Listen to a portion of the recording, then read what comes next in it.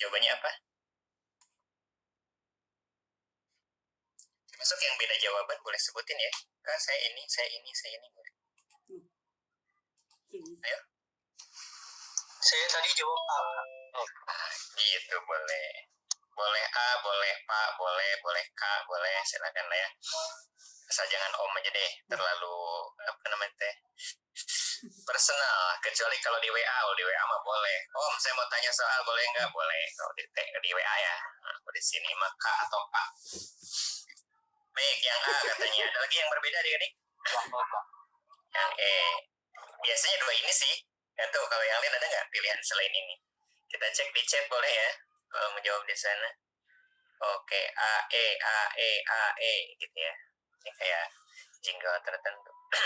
Oke, kita bahas dulu adik-adik teorinya sedikit ya. Terutama khawatir ada yang baru gabung NF.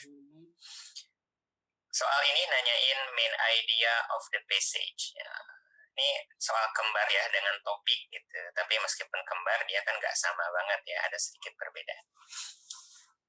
Jadi main idea passage, topic of the passage secara umum sih sama adik-adik. Terus apa bedanya?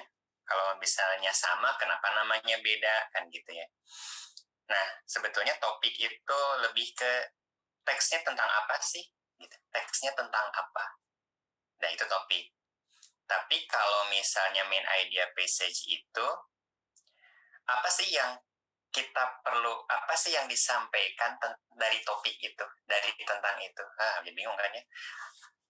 Apa sih yang mau penulis tahu dari kita terkait topik yang dibahas, terkait ya topik yang dibahas. Nah, itu satu. Yang kedua bedanya adik-adik, kalau main idea biasanya disampaikan dalam bentuk klausa, tapi kalau topik disampaikan dalam bentuk frase. Makanya pilihan jawaban main idea itu lebih panjang. Nah, kemudian gimana cara jawabnya? Masih ingat ada 3 secara umum. Cara normal, yang sesuai modul, yang sesuai teori, yang sesuai buku sumber gitu ya, yang paling bisa dipertanggungjawabkan. Kemudian yang kedua, cara abnormal, ini lebih ke tips dari pengalaman terkait soal UTBK. Kemudian yang terakhir adalah cara paranormal, cara nembak, tapi jangan disalahpahami, bukan diminta untuk ngasal. Nembak boleh, ngasal jangan, kan gitu ya. Nah, kita pakai cara yang mana? Kita praktekkan cara yang normal dulu adik-adik ya, di kasus ini, di teks ini. Baik, kalau cara normal itu, kalau lihat di modul, intinya bacalah 1-2 kalimat awal tiap paragraf dan baca kalimat terakhirnya, begitu. Khawatir di kalimat terakhir itu simpulan. Ini di adik-adik jadi ketutup nggak ya, yang atasnya? Soalnya ada tanda ini, ntar bisa digeser nggak ya? Oh, bisa digeser. Kita ke bawahin ya, biar nggak kehalang. Sini aja deh. Oke, kita lihat tadi ya, lebih dari setengah yang kita dikomunikasikan bukan melalui kata-kata tetapi melalui bahasa tubuh. Ini seperti kita pernah bahas, kalau ada but, ada however, ada yet, maka biasanya penekanannya itu ke sebelah kanan. Jadi di kalimat pertama ini kita bisa tebak, apakah kita akan ngebahas words ataukah akan ngebahas body language. Harusnya kita bisa tebak, dari but ini berarti fokus kita mau ngebahas body language. 1. Baca lagi kalimat kedua, this includes our posture. Ini termasuk postur ini dan ini. Pertama yang harus kita pahami di kalimat kedua, di sana menggunakan this. Artinya sebetulnya ini mengulang. Dan kalau pakai tips itu adik-adik, salah satu cara menjawab topik adalah cari kata kunci yang sering diulang. Dan diulangnya salah satunya menggunakan kata ganti. Di sini kemana kira-kira? Tentu yang dekat ya. Dan tunggal berarti body language. Berarti kita udah dapat nih sekarang kata yang diulangnya apa? Body language. Tapi diulang di sini dalam bentuk pronoun atau kata ganti. Sebetulnya kalau sudah ada kata includes, itu berarti sudah mulai masuk ke supporting detail. Karena ini kan udah contoh-contoh dari body language, meskipun nggak semua. Nah, kemudian kita cek lagi kalimat berikutnya, because body language, diulang lagi dengan kata yang sama. It's so important, we want to know what you're saying and how to interpret other people's too. Kamu akan mengetahui apa yang kamu katakan dan bagaimana menafsirkan apa yang orang lain katakan. Gitu. Berikut contoh-contoh body language dan maknanya. Hati-hati adik-adik, kalau sudah examples, berarti berarti ini udah penjelas. Ini udah supporting detail, udah penjelas. Maka sebetulnya kalimat ini nggak apa-apa, nggak mesti dibaca. Nggak mesti dilanjutkan gitu ya. Untuk menjawab main idea. Cek paragraf 2. If your posture, dari sini kita curiga, lah kan postur tadi ini bagian dari body language. Berarti sebetulnya paragraf 2 ini hanya lanjutan aja dari inti yang disampaikan di paragraf 1. Paragraf 3, a smile. Ternyata smile itu kan salah satu bentuk facial expression. Berarti ini pun nggak usah dilanjutin. Yang hand gestures berarti termasuk ini. Dengan kata lain, paragraf 2, 3, dan 4 di kasus teks ini, itu sudah bisa kita tebak, ini paragraf penjelas. Karena paragraf penjelas, kita nggak mesti baca detail ini, bahkan mungkin nggak usah dilanjutin baca itu. Cukup aja tadi sampai di paragraf 1 awal. Untuk kasus teks begini ya. Jadi pokoknya jadi ketika nemu paragraf 2, 3, 4 itu udah rincian, dan ditanyakan main idea topik, udah deh selesaiin aja di paragraf 1-nya, nggak mesti dilanjutin. Gitu ya. Kayak pernah di reading 1 waktu itu di semester 1 tentang pengklasifikasian alga, masih ingat? Kan karakter teksnya mirip kayak gini. Bahwa alga bisa diklasifikasikan berdasarkan pigmennya. Ke bawahnya itu udah ada green alga, blue alga. Sebetulnya kan ke bawahnya itu berarti udah spesifik semua. Maka intinya pasti ada di paragraf 1. Nah, ini kan kasusnya sama. Ya udah, berarti sekarang kita cek manakah jawaban nomor 1 yang mendekati inti di paragraf 1. Kita cek jawaban versi NF dulu apa kira-kira. Oke, jawabannya katanya adik-adik. Kenapa? Dapat dari mana? Body language is so important. Dapat dari kalimat ketiga. Both the receiver and informer to know. Buat siapa pentingnya? Buat receiver, penerima pesan. Kemudian informer yang menyampaikan pesan. Di teksnya, istilah ini diganti dengan what yours is saying and how to interpret other people's too. Berarti ini informer, yang depan, mana nih kursornya? Ini informer, yang ini adalah receiver. Maka jawabannya Kenapakah nggak bukan yang A nih? Gitu. Kita cek dulu. Body language is main part of our daily. Sampai sini kayaknya bener nih adik-adik. Kenapa disebut main part? Karena lebih dari setengah. Terus kenapa bukan A jawabannya? Karena kalimat yang digunakan adalah conversation. Conversation itu percakapan. Dan kalau percakapan berarti pakai words. Sementara kita fokusnya body language. Kecuali kalau yang A ini kita ganti jadi our daily communication. Kalau gitu bisa benar. Makanya pilihan kata yang digunakan di paragraf 1 itu kalimatnya gimana? What we communicate, bukan what we say, atau what we talk, misalnya what we speak, bukan begitu kalimat yang digunakan. Tapi communicate, karena communicate itu menyampaikan pesan, bisa pakai kata-kata, pakai tulisan, pakai gerak tubuh, pakai bahasa tubuh, pakai simbol, pakai asap sekalipun bisa gitu menyampaikan pesan. Emang ada asap jadi penyampai pesan? Ada, biasanya kan kasusnya bagi mereka yang pendaki misalnya kan gitu ya, kemudian tersesat di pegunungan untuk ngasih tahu, untuk minta bantuan ke tim rescue. Salah satu tandanya adalah nyalain api, kemudian membumbung asap, dan asap itu berarti cara untuk komunikasi gitu. Jadi kesalahan yang A lebih ke conversation ya. Mudah-mudahan jelas nih kenapa A kurang tepat. Oke, gitu adik-adik. Ya, jadi panjang sendirian ya kasih nih kalau kayak gini mah. Tapi intinya paham nggak nomor 1? Termasuk yang jawab A nih, kenapa kira-kira kurang tepat. Oke. Ada pertanyaan dulu sampai sini. Kalau ada kasih respon, kalau nggak ada kita lanjut. Kak. Yap, silakan. Nomor 5, 10, 15 itu maksudnya apa ya, Kak? Oke, 5, 10, 15 yang ada di sini ini baris adik-adik. Biasanya kalau soal seperti ini nanti ada pertanyaan di baris manakah penulis menyebutkan ini, misalnya gitu. Supaya kita teh nggak ngitung lagi, jadi udah langsung. Oh, kalau baris 6 yang mana? Berarti ya ini. Kalau baris 11 mana? Ya ini gitu. Tanpa harus ngitung lagi dari awal baris 1, 2, dan seterusnya. Biasanya ada pertanyaan tentang itu. Atau mungkin pertanyaan vocabulary yang pakai gini. The word in line 5 means kayak gitu. Nah, itu juga bisa kalau nanyain vocab. Jadi sebetulnya 5, 10, 15 ini tuh untuk mempermudah kita mencari clue yang ditanyakan di soal tertentu. gitu ya. Nah, ada yang baik kayak gini nih ditandain, tapi ada juga yang si pembuat soal itu ketika membuat pertanyaan di baris mana, kemudian ininya nggak dituliskan adik-adik, sehingga memang kita harus ngitung dulu gitu. Gitu ya. Jadi ini salah satu kebaikan si pembuat soal. Jadi si barisnya itu udah ditandain. Gitu. Ada lagi? Terima kasih, Kak. Sama-sama. Oke.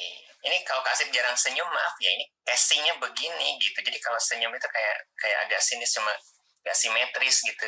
Makanya daripada dianggap senyum gak simetris, mendingan jarang senyum. Nggak gitu juga deh, senyum itu ibadah ya. Cuma bisi gitu, jutek banget gitu ya, itu casingannya gitu. Agak susah diubah sih. Tapi insya Allah nggak jutek sebenarnya aslinya mah. Oke, kita lanjut berarti ya, kalau nggak ada pertanyaan. 2.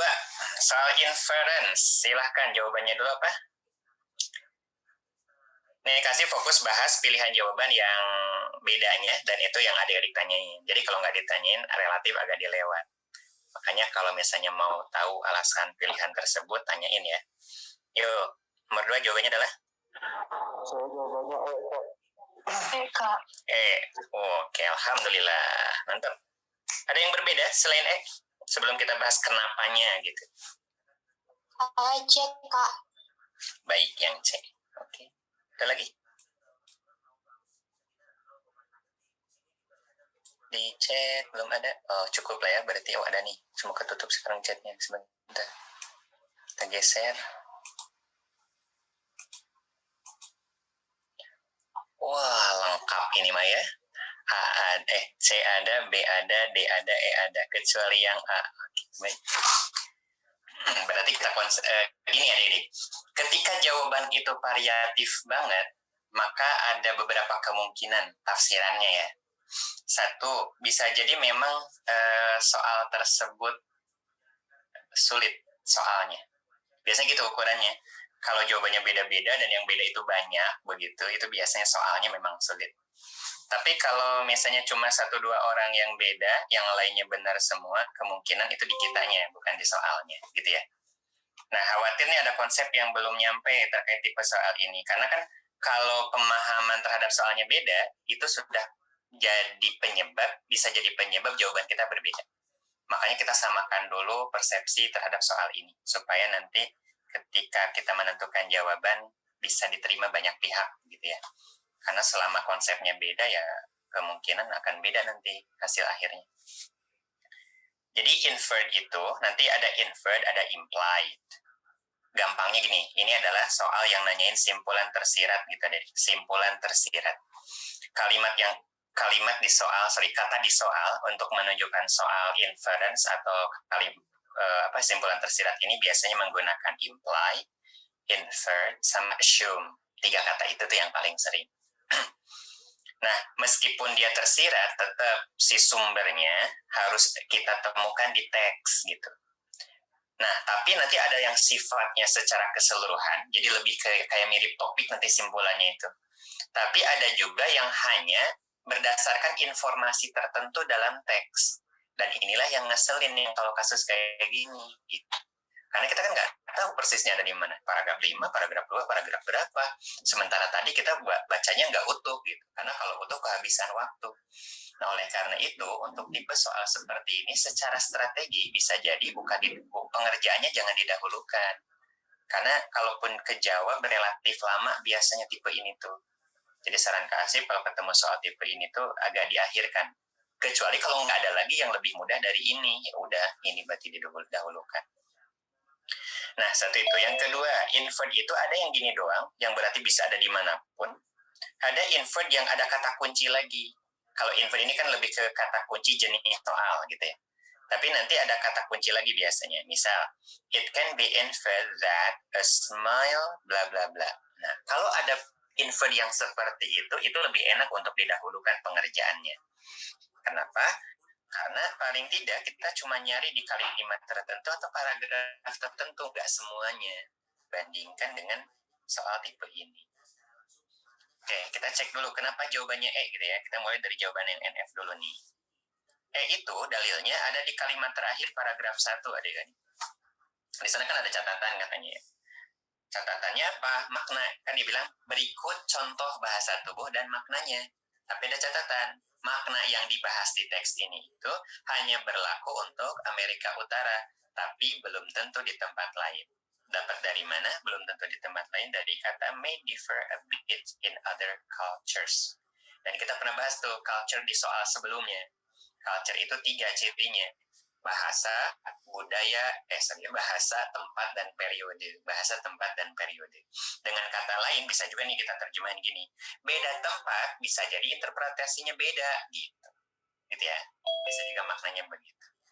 Nah, makanya lihat kalimat di E. Beberapa bahasa tidak bisa diterapkan untuk menghasilkan komunikasi yang efektif di tempat tertentu. Dapatnya dari mana tadi itu? Karena bisa jadi antara satu tempat dengan tempat lain berbeda, gitu ya. Maka jawabannya E. Kenapa bukan C, gitu ya? Tadi yang duluan nih. Pertama kalau pakai logika dulu.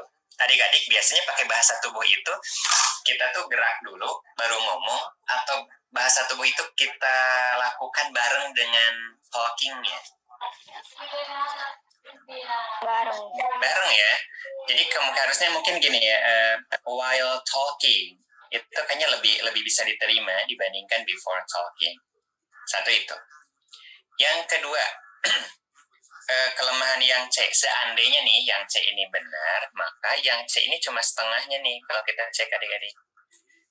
C itu kan kalimatnya our body language, berarti kita doang. Padahal tadi di nomor 1, di main idea-nya, body language itu penting buat siapa? Buat informer and receiver. Karena yang namanya komunikasi itu kita nggak sendirian, kita balas-balasan gitu. Kalau kita cuma memahami body language kita, tapi nggak paham body language lawan bicara, itu juga akan bermasalah.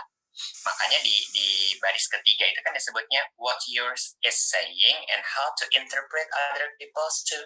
Pakainya hubung and betiniin bahwa pentingnya body language itu buat kedua belah pihak, bukan ke salah satunya aja. Jadi yang C ini kalaupun misalnya kita nggak sebut salah, yang C ini lemah gitu. Kenapa? Karena cuma separoh. Karena di sini bilangnya harus kedua belah pihak. Termasuk di main idea-nya tadi kan kita milih yang ini. Kemudian yang B, prominent itu artinya menonjol. Bisa juga sih maknanya penting adik-adik. Oke. Bahasa itu penting.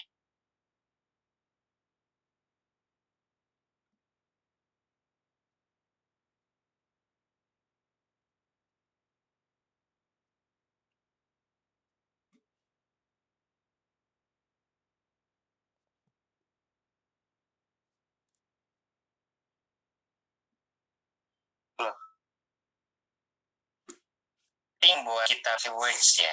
Padahal di teks ini tuh kalimatnya Kak, maaf, Kak. communicate gitu. Kak Sip, maaf. Iya ya. Itu tadi suaranya hilang deh kayaknya. Pas penjelasan mungkin bisa diulang lagi, Kak. Mohon maaf. Malah di bagian mana hilangnya? Masih ingat nggak? Sekarang ada nggak? Sekarang sih udah ada. Udah balik lagi, katanya udah balik lagi. Tadi di mana hilangnya? Prominent. Oh, yang prominent kan saya. Siap. Prominent itu penting, menonjol, penting. Bisalah maknanya di sana tuh begitu ya. Katanya bahasa itu penting untuk kita pelajari supaya kita bisa berbicara yang bermakna. Pertama, kelemahannya di kata talk. Kan kita lagi bahasnya komunikasi pakai body language. Sementara di sini yang B itu talk. Berarti lebih banyak pakai words. Gitu ya, satu. Yang kedua, sebutannya di sini to learn. Dan kalau learn itu artinya adik-adik dipelajari. Gitu ya. Padahal bahasa itu ada dua yang kasih tahu. Ada yang memang learning, ada yang sebutannya itu acquisition. Jadi pemerolehan bahasa. Jadi maksudnya nggak sengaja dipelajari tapi kita tahu. Misalnya dengan ngelihat contoh, lihat orang lain, kayak gitu. Cuma lihat aja. Sementara kalau learn itu biasanya ya ada gurunya, ada tempatnya, ada setting, ada kurikulum, segala macam lah begitu. Atau dengan kata lain nih, kelemahan yang beda yang paling nampak sih di kata meaningful talk. Beda kalau meaningful communication mungkin ya. Ingat fokus kita lagi ngebahas apa topiknya? Body language. Begitu. Nah kemudian yang delta, To make an effective communication, one should, bentar, halang lagi. Be careful with the language. Bentar. Kalau yang delta nih adik-adik dapatnya dari mana ya? Kan salah satu cara membandingkan jawaban itu kuat enggaknya ya. Kak Asif tuh nggak bilang salah benar sih. Mungkin kuat atau lemah. Dan kalau kuat itu berarti nanti adik-adik bisa tunjukkan di kalimat ini, Kak. Wah, gitu. Coba yang delta, misalnya yang jawab dia kira-kira dapat dari kalimat mana pendukungnya nih?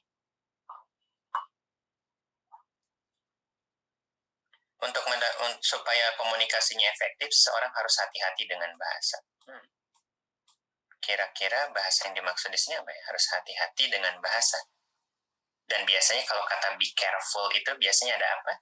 Ada sesuatu yang negatif ya. Biasanya kata be careful itu. Nah, ini kayaknya nggak tahu nih, dapat dari mana kira-kira clue-nya. Ada yang bisa menguatkan kalimat mana barangkali? Gitu ya. Tapi kalau yang delta tadi nih, clue-nya di kalimat terakhir paragraf, yang E di kalimat terakhir paragraf 1. Gitu. Jadi memang adik-adik soal tipe ini lumayan, karena udah mata tersirat, kita nggak tahu nih di bagian mana gitu. Sehingga memang waktu yang dibutuhkan juga agak banyak untuk bisa menjawab soal tipe ini. Makanya nanti barangkali tidak dijadikan prioritas, ya. Dikerjakan agak belak. Oke. Ada pertanyaan lagi? Cukup? Cukup kita lanjut. Mana nih? Set.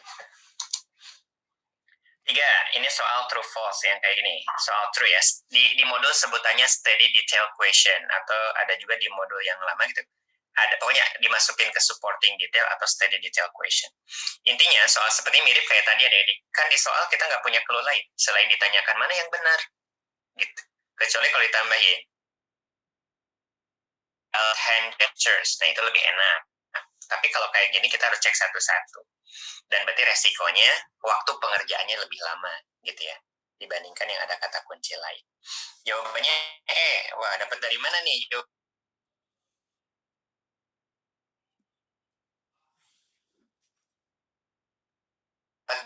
Kalimat pertama paragraf 1 ya.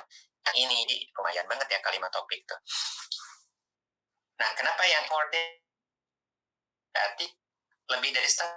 Dan kalau dari setengah dikatakan umum, biasanya common. Kenapa sebenarnya way? Karena di kalimat itu disebutin through body language. Makna through itu salah satunya adalah using, menggunakan bahasa tubuh. Banyak kalimat berikutnya pun express what one means. Ini salah satu makna dari communicate gitu. Kan komunikasi itu menyampaikan pesan, dan means di sini maksud atau pesan begitu ya. Cocok nih yang E dengan kalimat pertama. Silakan, ada jawaban yang berbeda? Mana yang mau kita bahas selain E? Kalau yang Delta. Oke. Sebelum kita bahas yang delta, kita masih ingat salah satu tips yang pernah disampaikan? Hati-hati kalau ada all, only, never, always. Dan kata-kata lain yang semakna dengan itu. Hati-hati biasanya salah. Kenapa saya pakai hati-hati? Karena biasanya salah, dan itu salah itu rugi berarti gitu. Biasanya salah. Kita buktikan. Di antaranya yang C sebelum ke D. C itu ada kata merely. Merely itu only, sama dengan only, hanya. Tadi kalau ada kata hanya, biasanya salah. Kita cek salahnya. Orang hanya memahami maksud melalui bahasa tubuh. Logikanya, kalau hanya memahami maksud melalui bahasa tubuh, terus kenapa nih kayak Kak Asif sekarang ngejelasin TO ini pakai cuap-cuap dari tadi gitu ya. Ada aja gerak-gerak, kan ada videonya nih, gerakan doang. Tapi pasti adik bingung. Kasih mangguk dikira bilang iya, padahal sebetulnya cangkel gitu ya, pegel misalnya kan gitu. Kan jadi beda tuh nanti maknanya atau logikanya. Yang kedua di kalimat pertama misalnya, kan lebih dari setengah pakai bahasa tubuh, berarti sisanya kan dia bilang bukan semua cara komunikasi pakai bahasa tubuh, tapi lebih dari setengahnya. Berarti ada sebagian yang lain dong yang bukan pakai bahasa tubuh. Dan dengan kata lain, terus yang delta, nah itu kasih udah tandain ada kata universal. Universal itu salah satu maknanya adalah everyone, everywhere, everyone, everywhere. Boleh nggak everyone, everywhere ini berarti kita ganti jadi all people, sama all places. Bisa nggak kira-kira? Bisa ya, sama aja kan ya? Setiap orang, semua orang. Gitu. Nah, kita cek bahasa tubuh itu cara yang universal. Berarti cara yang berlaku di mana-mana. Yang berlaku di setiap orang untuk mengekspresikan emosinya. Kalau bahasa tubuh ini universal, berlaku di mana-mana, maka berarti maknanya pun berlaku di mana-mana. Padahal tadi disebutin di akhir paragraf 1. Hati-hati loh, ada catatan nih, makna yang dibahas di sini itu di Amerika Utara. Mungkin di tempat lain berbeda maknanya. Lah kalau begitu berarti nggak universal dong. Gitu ya. Kebayang maksudnya? Makanya yang delta itu kurang tepat di sana. Gitu adik-adik. Dan yang milih B? Kalau milih B itu gampangnya gini, more than half itu nunjukin kuantitas kan, bukan kualitas, sementara yang B itu meaningful, dan meaningful itu kualitas. Jadi nggak cocok nih dengan paragraf 1 kalimat pertama. Begitu adik-adik. Clear untuk nomor 3? Atau ada pertanyaan?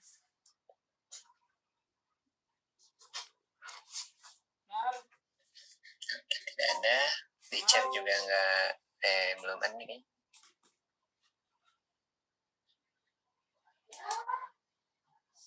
Silakan, ada nggak? Penjelasan yang B ini, yang tadi ini ya, chatnya masih yang lama. Oke, lanjut berarti ya. Nah, tadi ini, karena ada yang bertanya itu, baris 1 sampai 15 itu buat apa sih? Nah, itu tuh buat soal seperti ini diantaranya manfaatnya. Nah, cara pengerjaannya gimana? Pengerjaannya pertama, pastikan ya tahu nih yang ditanyain itu apa kata kuncinya gitu ya. Keywordnya 1 ada certain body language adik-adik. Berarti kalau udah certain body language, dia udah spesifik nih. Berarti nggak di paragraf 1 lagi kemungkinannya paragraf 2 dan 3. Yang kedua, inti pertanyaan adalah shows unreal meaning. Ceknya berurutan aja biar nggak pusing. 2-3 ada nggak ya certain language? Sebetulnya kan certain language mulai dari paragraf 2 ya. Berarti paragraf 1 boleh dicoret dong. Dan kalau paragraf 1 kita coret, berarti 2-5 coret. Bahkan ini ada di paragraf 1. Berarti kemungkinannya cuma 3 jawaban nih. Kita cek 8-9. Ini yang kasih tandain kuning. Kenapa yang ini nggak ditandain? Padahal ini juga baris ke-9. Nanti gini adik-adik ngeceknya. Lihatnya kalimat utuh ya. Lihatnya kalimat sempurnanya. Jangan kalimat separohnya. Kalimat itu kan biasa tandanya titik. Nah, kalau kita masukin friendliness, itu kan ujungnya di again di baris ke-10. Harusnya kalau ini termasuk, maka nyebutinnya nanti pasti baris ke-8-10. Nah, karena kalimat ini tuh nyambungnya ke baris ke-10, maka kalimat ini nggak dianggap nih potongan kalimat ini. Berarti fokus aja dari sini sampai eyes. Kita cek, ada nggak ya yang nunjukin unreal meaning? Kalau kita cek di sini, apa sih makna smile di Amerika Utara itu? 2 ternyata maknanya. Keramahan, ketertarikan. Berarti kalau ada yang selain menggunakan ini, ya berarti bukan makna sebenarnya dong. Tapi ada orang yang kadang-kadang senyum sekedar untuk tampak sopan. Berarti di sana senyum yang dimaksudkan selain friendliness dan interest, berarti itu nunjukin unreal meaning. Gitu adik. Maka jawabannya adalah cek. Oke, nomor 4 silakan. Ada yang mau tanyain? Ini ada kedip-kedip di chat ya, kita cek.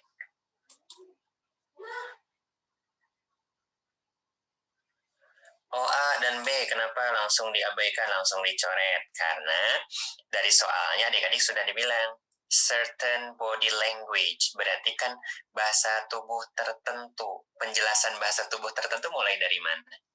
Paragraf 2, 3, 4, makanya 1 coret aja gitu. Tapi kalau nggak ada gini nih, cuma gini doang. That body language show unreal meaning gitu tuh, misalnya nggak pakai certain. Nah ini paragraf 1 pun punya potensi gitu. Maksudnya ada kemungkinan jawaban di paragraf 1. Tapi karena di sini nyebutnya certain body language, ya udah, kan intinya di sini. Tadi ulang, posture, facial expression, gesture. Udah kan gitu doang di paragraf 1 cuma disebutin, tidak ada penjelasan. Maka berarti inti penjelasan masing-masing ini, posture, facial expression, dan gesture itu di paragraf 2 ke bawah. Makanya tadi paragraf 1 coret aja gitu. Clear ya? Nah, tapi ini kayak gini nggak berlaku umum ya. Unreal meaning itu maksudnya apa? Bukan makna sebenarnya, gitu adik-adik. Jadi gampangnya gini, kan di sini tuh disebutin nih di atasnya ya, ini bahasa tubuh dan maknanya. Dikasih tahu nih, smile itu maknanya apa? Friendliness, interest. 2, berarti ini real, makna real di Amerika Utara, makna real dari bahasa tubuh ini itu 2. Berarti selain yang ini, itu unreal meaning. Ternyata ada dimunculin. Tapi ada loh orang yang senyum cuma untuk terlihat tampak sopan. Dan ingat, berarti ini kan bertentangan adik-adik. Jadi kalau ini realnya, kalau ini real nih, berarti kalau bertentangan apa lawannya real? Ya unreal, kan gitu ya. Unreal. Noah, bukan ya? Oke. Itu ada lagi pertanyaannya?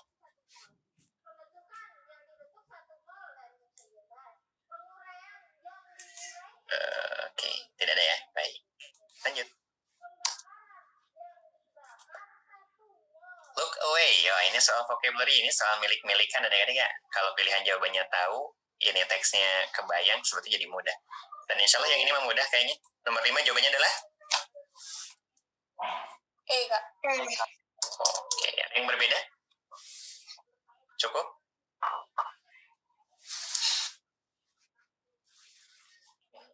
Cek, ada pertanyaan kah? Oke, ini konfirmasi jawaban aja. Ya, sama, sepakat. Sedikit aja ya penjelasannya kalau untuk yang ini, adik-adik, salah satu cara menjawab soal vocabulary itu selain memang kemungkinan maknanya leksikal, sebetulnya yang harus dipastikan itu makna konteks ya. Karena khawatirnya di pilihan jawaban itu ada satu kata yang maknanya tuh benar semua. Gitu. Contoh misalnya, ditanyanya sorry. Di sini ada simpati misalnya, ada asking for attention, kemudian ada misalnya apologizing. Kan semuanya benar. Terus gimana ngebedain tiga-tiganya? Ya dari konteks gitu ya, khawatirnya ada yang begitu. Atau misalnya ada kata interest. Kemudian di pilihan jawaban ada yang artinya tertarik, ada yang artinya bunga bank misalnya. Kan dua-duanya juga benar. Terus gimana ngebedanya? Lihat konteks gitu. Maka nanti sebagai bentuk kehati-hatian untuk menjawab soal seperti ini, baiknya saya lihat konteks. Contoh ini gini, lihat konteks tadi. Keramahan dan ketertarikan ditandai ketika, diekspresikan ketika seseorang bertatapan dengan lawan bicaranya. Jadi matanya ketemu, saling tatap. Gitu. And then look away and meet yours again. Kita nggak tahu misalnya look away-nya, tapi ada kalimat gini, kemudian tatap-tatapan lagi. Lah kan tadi di kalimat sebelum disebutin, ketika matanya bertatapan dan bertatapan lagi, kan aneh. Lah kan tadi juga bertatapan, kenapa ada kata lagi? Berarti ada sesuatu sebelum lagi ini yang terjadi apa dong? Dari yang tadinya natap terus menatap lagi, berarti sebelumnya kemana tuh? Ya berarti berpaling gitu. Maknanya jadi si matanya itu nggak ngelihat gitu, entah mungkin nunduk, nengok gitu kan.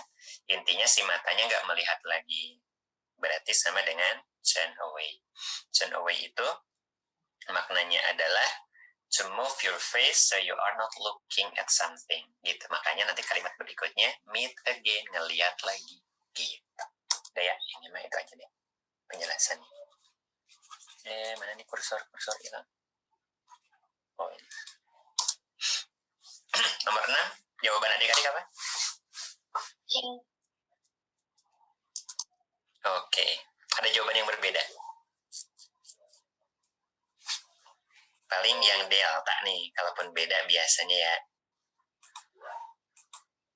Oke, betul. Woi, tebakan saya tepat, Hafiz Arbi. Oke. Kita mulai ya dari konsep dulu. Attitude itu adalah sikap penulis terhadap topik yang dibahas. Cara nyarinya sama kayak Sun adik-adik. Jadi lihat pilihan kata yang digunakan penulis untuk menunjukkan perasaannya. Waduh, dari kalimat definisi ini aja kayaknya udah mulai wah, lumayan dong gitu kan, menantang. Melihat pilihan kata yang digunakan penulis nunjukin emosinya. Pertama, kata apa aja yang nunjukin feeling gitu kan ya. Yang kedua, itu di paragraf mana? Kan bisa umum banget, bisa panjang banget.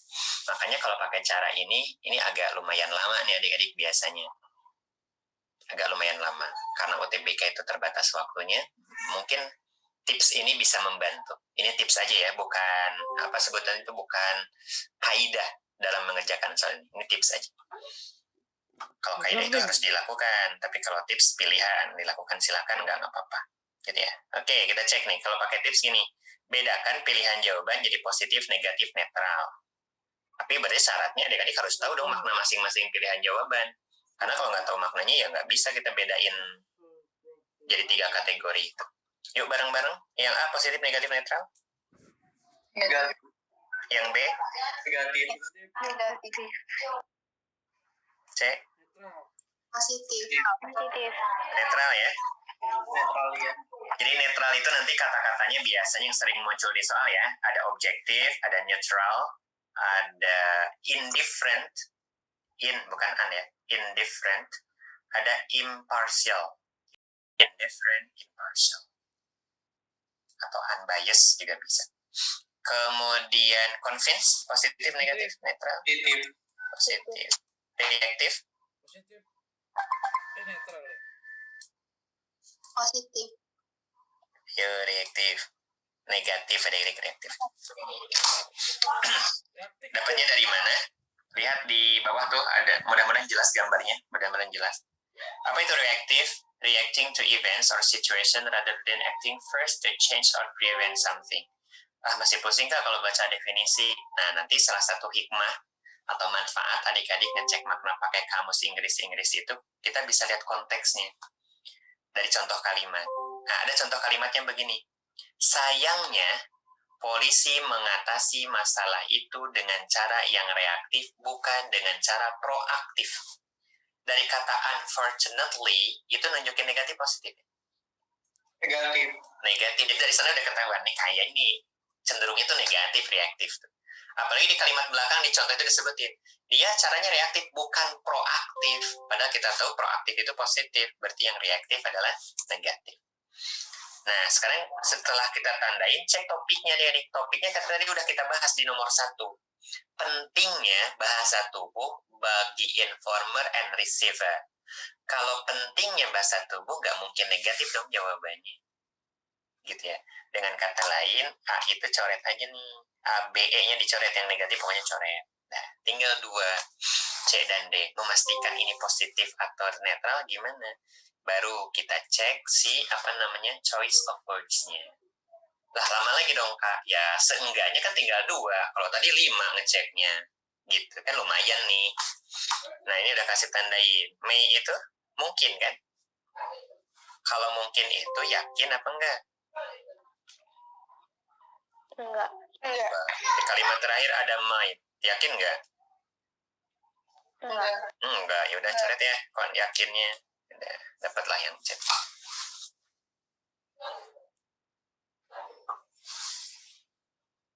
Gitu kurang lebih ya. Paling tidak cara ini adik-adik bisa eliminasi jadi sisa 2 aja udah bagus. Sisanya kalau udah benar-benar nggak tahu ya bismillah aja lah. Toh udah 50-50 peluangnya. Dan itu yang disebut nembak berarti. Tapi kalau dari awal aja langsung saya mau aja tanpa tahu alasannya, itu ngasal namanya. Oke. Ya, Kak. Cinta. Ya. Gimana?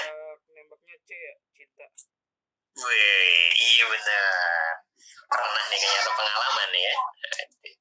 Cinta. Cinta tuh jangan ditembak. Bisa, tapi jangan ngasal ya. Kan kalau nembak bidik dulu. PDKT dulu, ta'aruf dulu, baru jadi. Lanjutlah, nomor 7. Ini soal restatement, cari inti yang sama. Jawabannya adalah? Iya, delta. Cakep. Apa yang sama? Kata huge part, berarti itu sama dengan more than half. Sisanya udah sama deh. Ada pilihan yang menjebak nggak? Yang E, cina gitu ya. Biasanya mah. Ada yang milih E nggak? Atau nggak ada di kelas ini mah? Alhamdulillah kalau jawabannya sama semua. Yakin nih nggak mau nanya yang E? Oke, ada yang berkedip-kedip nih chatnya. Saya E, nah gitu dong Jidan ya. Oke. Kan gini, restatement itu cari yang intinya sama. Kita bandingin dulu ya. Lebih dari setengah yang kita komunikasikan itu melalui bahasa tubuh. Gampangnya sih gitu. Sekarang kita cek. Ini kan subjeknya dulu. Kalau kasih biasanya gini, kalau ada pilihan jawaban yang mirip, itu nanti ngeceknya satu-satu. Pertama cek subjeknya dulu. Oke, kita potong nih. Subjeknya dulu, pastikan sama atau enggak. Lebih dari setengah yang kita komunikasikan. Oke, berarti yang lebih dari setengah itu apa? Yang kita komunikasikan. Jadi jumlah di sini, more than half itu nunjukin cara komunikasinya.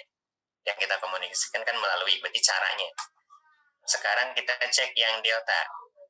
Bahasa tubuh itu bagian yang huge part atau bagian yang lebih besar, yang besar dari komunikasi kita.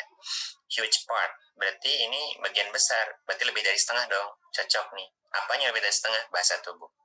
Bandingkan dengan ada nggak yang nunjukin jumlah? Ada. Mana? Many. Kita cek. Adik-adik di sini yang banyak itu apa? More than half-nya itu apa?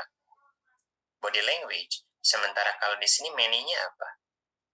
People. Sama nggak? Beda ya? Kecuali mungkin gini, people use many body language. Nah, kalau gitu masih mending. Gitu. Tapi kalau ini kan jadi terbalik. Gitu deh. Maka yang kurang tepat.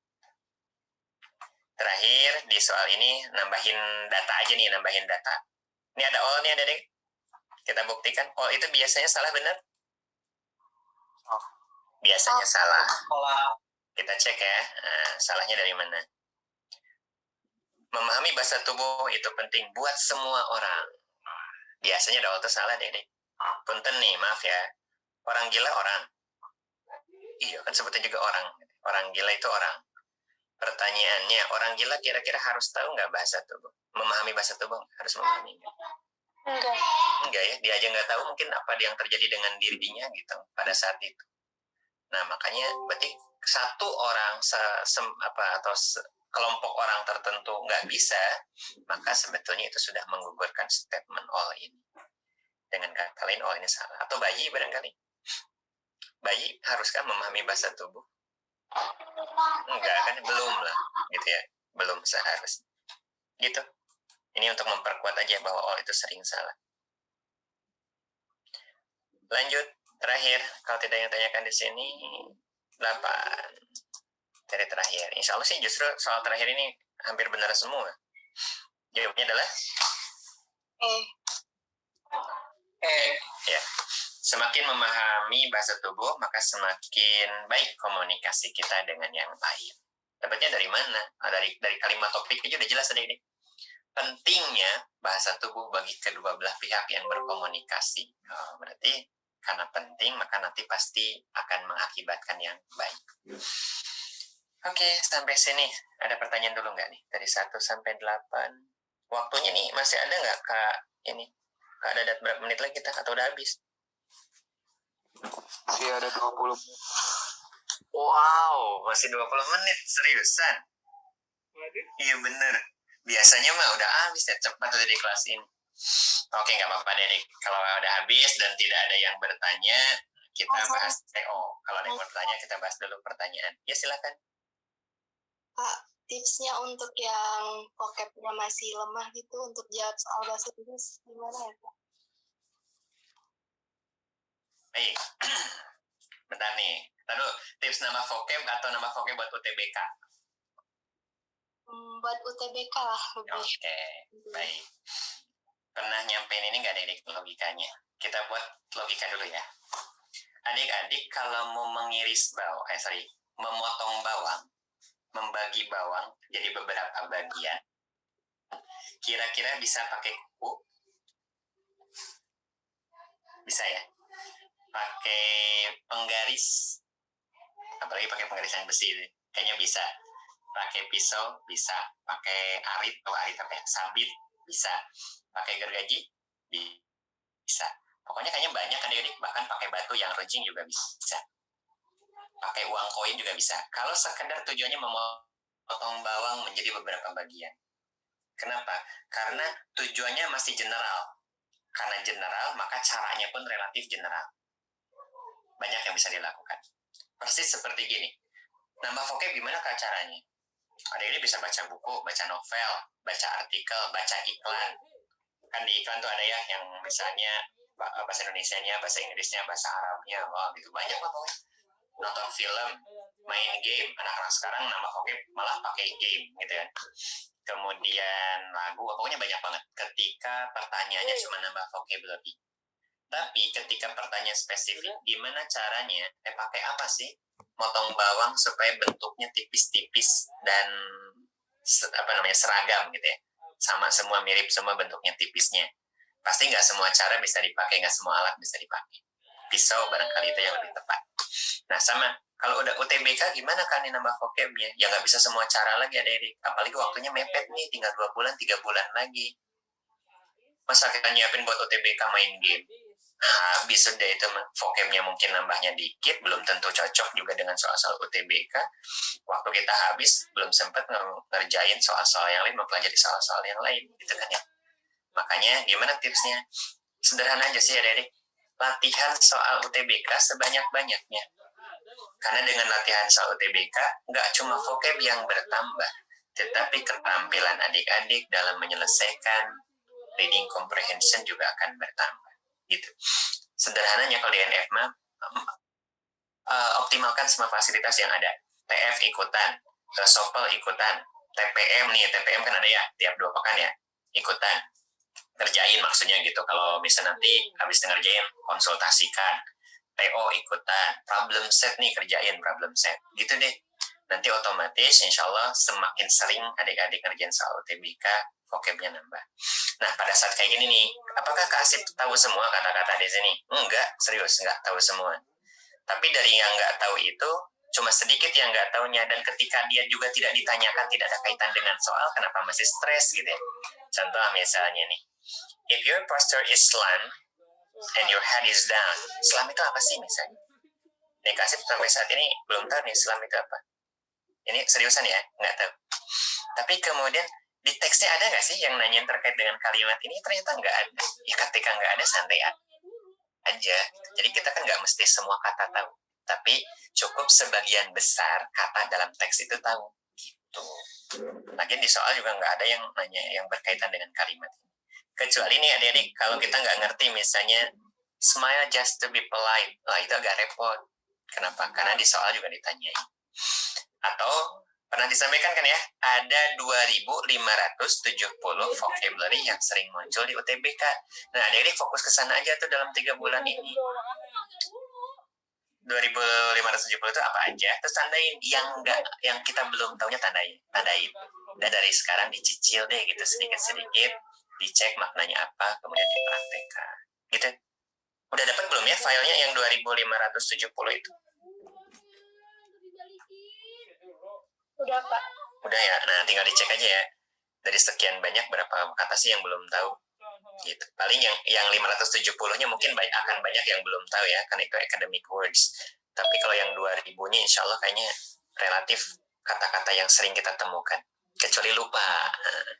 Beda kan ya, tidak tahu dengan lupa itu beda. Kalau lupa pernah tahu. Ada lagi pertanyaannya? Makasih, Kak. Ya, sama-sama. Mudah-mudahan membantu nih, tidak malah jadi makin bikin pusing ya. Di mana Kak filenya? Oh, berarti belum dapat. Kalau belum dapat, Kak Asif kirim nih. Di all aja ya.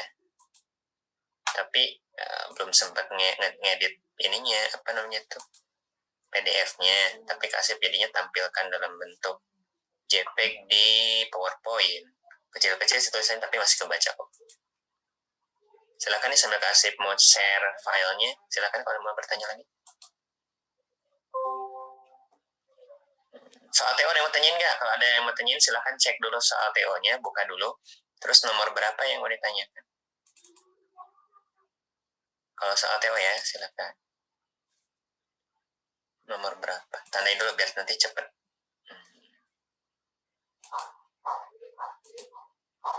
Tuh Kak Asif udah kirim.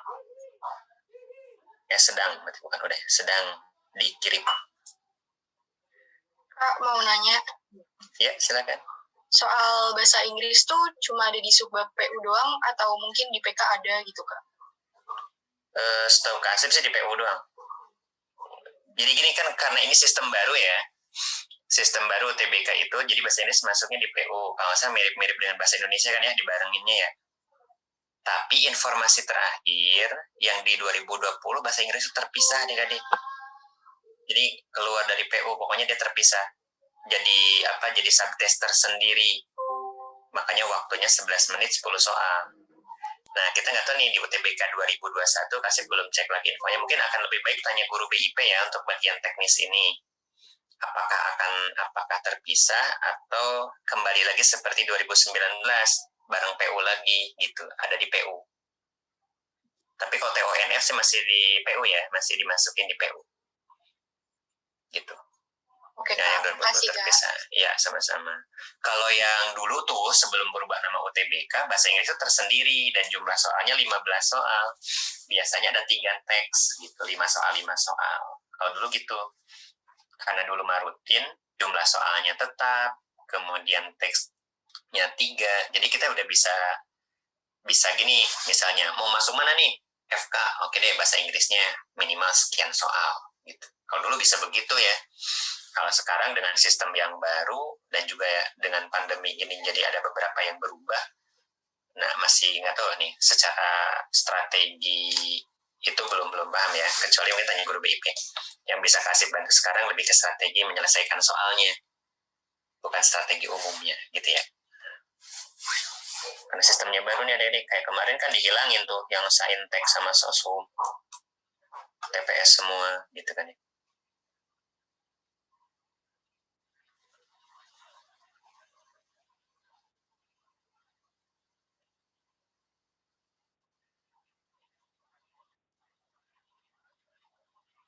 Untuk soal yang mana nih? Ada pertanyaan nih. Untuk jenis soal apa? Karena nanti akan berbeda. Eliminasi untuk yang topik, untuk yang mana nih adik-adik? Untuk vocab.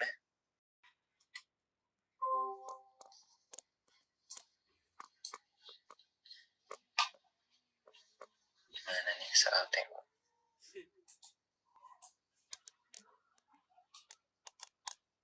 Stop, share dulu ya. Soal TO. Ini soal TO. Nah, ini soalnya. Silakan dari berapa? 53 ya kalau nggak salah. 53 sampai 60. Pembahasan soal udah selesai deh, adik. Jadi barangkali kalau ada yang keperluan gitu ya, mau live duluan mangga. Bagi yang masih mau ngikutin sampai akhir sesi silakan. Oke, nomor berapa? TO. Yang 56, Kak. Boleh. Kak, boleh maaf minta file vocabnya. Tadi udah dikirim adik-adik di atas. Coba cek lagi, di scroll. Di jam 5.38. Kasih pin. Mau nanya 55, Kak. 54 sama 5 berapa tadi teh? 6 ya? 54 56 ya? Lupa ya.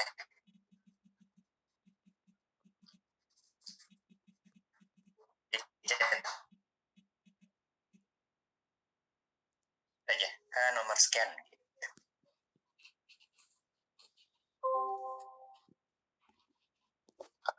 Ini lagi ini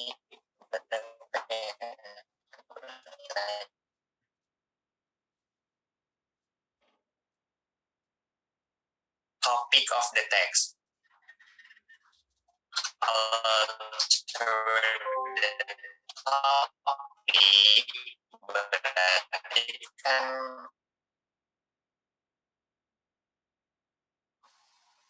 secara keseluruhan.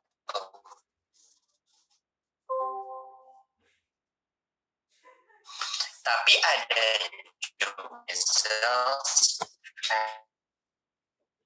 vaccination, berarti fokus ke vaksinasi.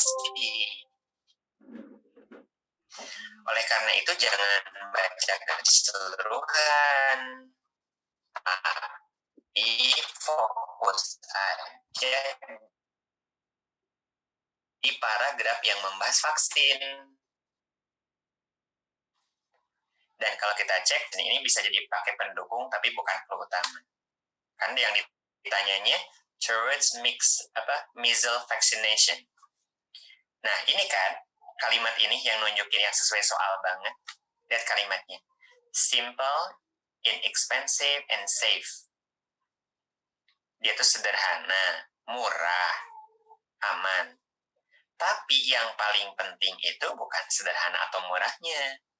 Tapi yang paling penting itu efektif. Nah, lihat kalimat ini.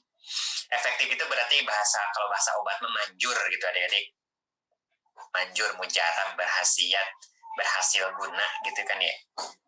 Dan ada kata lihat, udah pakai important, pakai most. Ini kan berarti nunjukin banget kata-kata penulis ya. Tapi yang paling penting dari vaksin itu adalah efektif. Sampai sini aja dulu adik-adik. Berarti positif negatif ya? Positif. Terhadap vaksin positif, maka pilihan jawaban yang negatif buang aja ya. Skeptisnya kan ragu, pasti salah. Masa ragu disebut ini yang paling penting itu ini efektif gitu. Duffel juga pasti salah. A, B, E ini positif semua. Nah, kita cek, karena positif semua nggak bisa udah langsung coret gitu ya. Kita cek kata-katanya. Tadi kan ada kata apa di sini? Satu, tapi yang paling penting ini efektif loh gitu. Terus di sini ada kata fakta yang paling luar biasa dari ini. Kemudian vaksin juga lo tidak hanya sekedar melindungi orang dan yang mereka cintai, tapi juga melindungi bayi dan seterusnya, bahkan orang tua. Kira-kira kita bandingkan ya. Adik-adik, kalau empati itu apa sih? Empati itu merasa bersedih atas penderitaan, atas musibah seseorang, dan kita membantunya. Gitu ya. Jadi bukan cuma rasa doang yang ikut ngerasa sedih, tapi kita bantuin. Ada orang jatuh, ya Allah kasihan, kita terus bantu, diangkat, misalnya gitu ya, diberdirikan, dibawa ke rumah sakit, diobati, dibayarin pengobatannya, itu empati. Ada nggak di tentang vaksin tadi yang nunjukin si penulis ini merasa kasihan, terus dia melakukan sesuatu? Ada nggak? Nggak ada. Kalimat yang nunjukin itu? Nggak ada. Makanya meskipun empati itu positif, nggak kita pilih. Concern. Makna concern ini sebenarnya agak banyak. Ada concern itu yang artinya involved in, terlibat.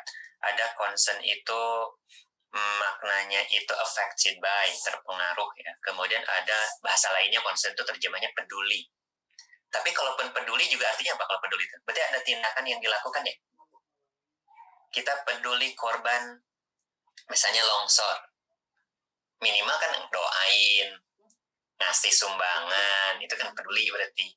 Ada nggak tuh, tadi kan nyebutin vaksin, apa yang dilakukan penulis selain bilang vaksin ini tuh efektif gitu kan, murah, aman. Ada yang dilakukan untuk nunjukin kepedulian dia di kalimat itu? Tidak ada.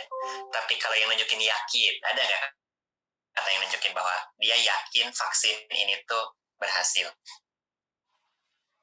Ada. Kata apa yang nunjukin yakin? Efektif dan most important itu kan ya, paling tidak ya.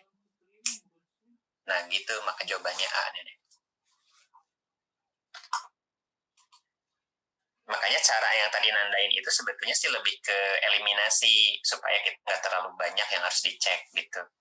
Syukur-syukur kalau nemu jawaban. Kak, lihat positif negatifnya gimana? Kalau adik-adik tahu terjemahannya bisa langsung nebak. Tapi kalau nggak tahu, Kak Asif ada sih yang sudah ini contoh con yang positif, contoh con yang negatif, contoh con yang netral. Tapi lupa naruhnya di file yang mana, harus Kak Asif cari dulu. Tapi ntar coba Kak Asif cari, Kak Asif simpan di folder PPLS berarti ya. Nanti ingatkan lagi pada saat pembahasan Sopel 2 dan TO2. Kak Asif, waktu itu saya minta list con yang positif negatif gitu. Gitu ya. Khawatir lupa nih. Karena lupa Kak Asif nyimpennya di mana, tapi ada. Coba dicari-cari dulu. Tapi cara yang paling cepat sih, kalau adik paham maknanya bisa ditebak kok, negatif positifnya. Ada lagi? Tadi 54 ya? Satu lagi berarti ya? 54 bukan? Halo? Iya, Kak. Iya. Oke, jawaban 54B ya. Nah, alasannya dari mana tadi tuh? Yang satu, kenapa milih yang B itu? Dari sini. Ini fakta loh tentang vaksin bisa dicegah. Berarti kalau fakta itu udah kejadian. Satu gitu kan, fakta itu udah terjadi. Kemudian yang kedua, fakta bisa dicegahnya pakai apa? pakai vaksin. Vaksinnya gimana? Lihat kalimat ini. Is simple. Is itu kan simple present. Salah satu makna simple present itu nunjukin fakta, adik-adik. Nunjukin sesuatu yang terjadi saat ini. Simple, murah, aman. Dan yang paling penting, dia efektif. Berarti kan selama ini dicari itu vaksin. Kenapa selama ini dicari? Di sini di paragraf 1 disebutin, tahun segini terjadi banyak kematian disebabkan measles. Ternyata measles itu nggak ada obatnya. Tapi untungnya sekarang udah ada vaksinnya. Dan karena sekarang ada vaksinnya, maka measles itu bisa dicegah. Kalau bisa dicegah, berarti banyak orang yang kemudian bisa diselamatkan gitu ya dari campak. Dan ini vaksinnya efektif. Apa buktinya efektif? Ini bisa mencegah vaksin. Dan menjadi fakta gitu. Mencegah vaksin, mencegah measles gitu. Gitu. Berarti pencarian vaksin yang efektif buat campak berakhir dengan sukses. Mana kalimat yang nunjukin itu? Ini efektif. Dan kalimat berikutnya bisa melindungi ini semuanya dalam bentuk simple present. Di mana simple present itu salah satu nunjukin fakta. Jebakannya mana yang bikin bingung 54 kalau bukan B? D sama E, Kak. Soalnya biasanya NF jawabannya D sama E.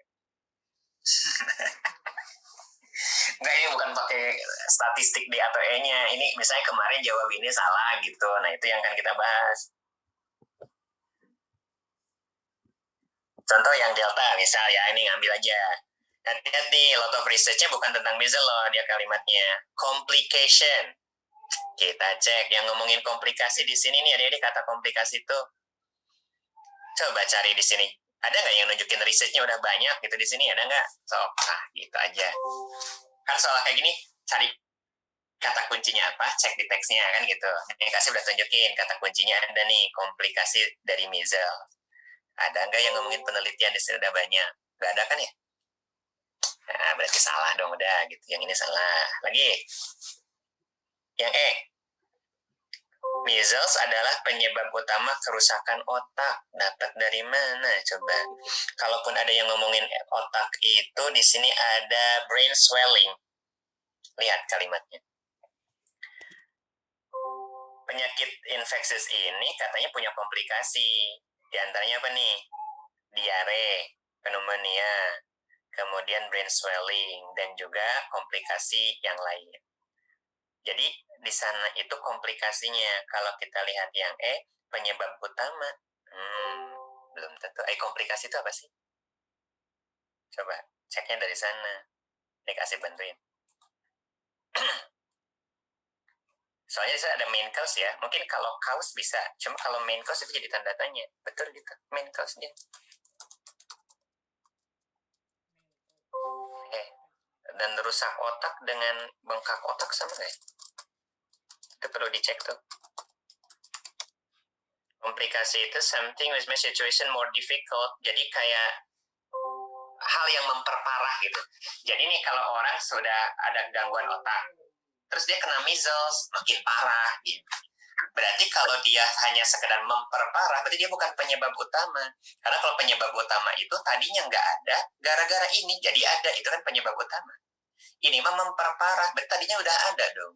Gitu. Makanya main cause di sana salah, karena di teksnya itu disebutnya komplikasi dari measles. Jadi bukan penyebab utama. Gitu deh. Ada lagi? Udah cukup? Cukup ya? Udah lebih 6 menit juga. Ya, pokoknya kalau ada yang mau tanyakan, kalau nggak ke WA, ke sekolah, ke pengajar lain, adik-adik tanyakan aja insya Allah di pertemuan berikutnya. Mudah-mudahan kita sehat, panjang umur, bisa bertemu lagi dan bisa diskusi lagi. Itu aja ya adik-adik ya. Oke, dari Kasib itu aja.